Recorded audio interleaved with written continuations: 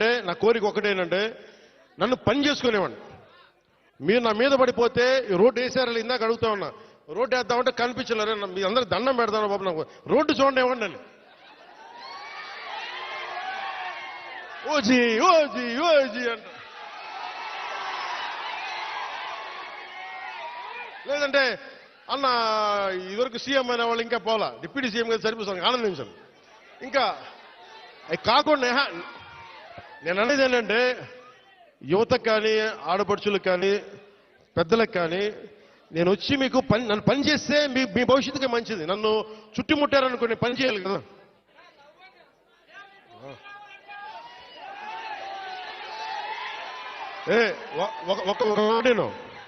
ఒక మాటేనండి.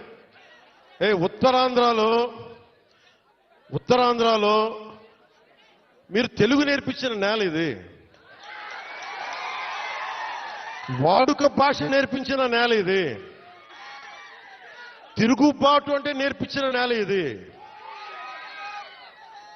అంటే మనల్ని ఎవరన్నా దోపిడీ చేస్తుంటే ఎదురు తిరిగే నేల ఇది. మీరు ఈరోజు ఏమైపోయారంటే మీరు సినిమాల మోజులో పడిపోయి మీరు పోస్టర్లు పెట్టి ఓజీ ఓజీ లేదంటే మిగతా హీరోలకి జైజీలు కొట్టి ఇవన్నీ కొట్టండి. కానీ మీరు కనుక మీ జీవిత బాధ్యత ముందుకెళ్ళారు. మీరు మాట్లాడితే అన్నా మీసం తిప్పు అంటారు. నేను మీసం